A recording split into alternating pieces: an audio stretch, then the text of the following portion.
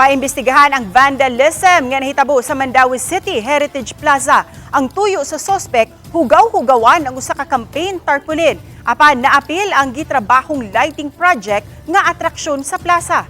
Mubalik si Nico Sereno sa report.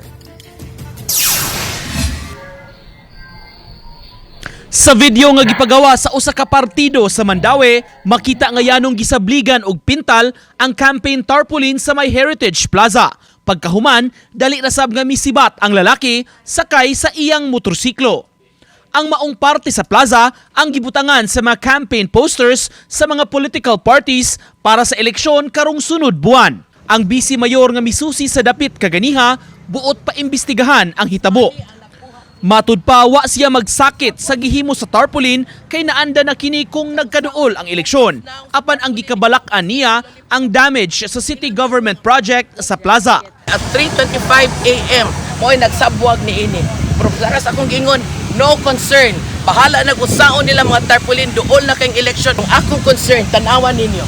Kini, kung saon ni paglipyo, kwarta nis katawhan, kwarta nis mga tao sa Mandaue nga nagbuhat ni ini, gipanindot atong plaza.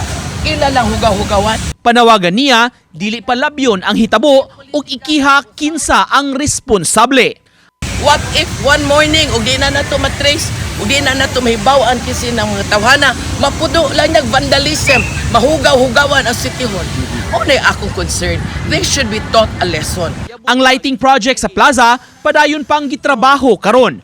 Usa sa aspeto ni ini, ang lighted pathway, lain-laing kolor ang pagsiga sa agianan kung matumban sa mga tao.